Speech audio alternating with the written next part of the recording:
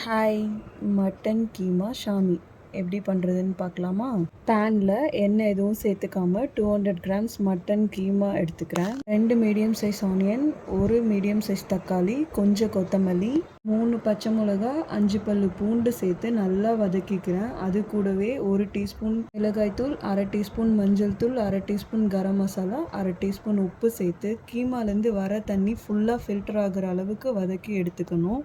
தென் அதை நல்லா ஆற வச்சு அரைச்சி எடுத்துக்கிட்டேன். அது கூடவே 100 கிராம் பொட்டுக்கடலையை நல்லா அரைச்சி பவுடர் பண்ணி எடுத்திருக்கேன். நெக்ஸ்ட் அரைச்சி வச்ச கீமா மிக்ஸ் கூட பவுடர் பண்ண பொட்டுக்கடலையை சேர்த்து நல்லா மிக்ஸ் பண்ணிக்கிட்டா மாவு ரெடி.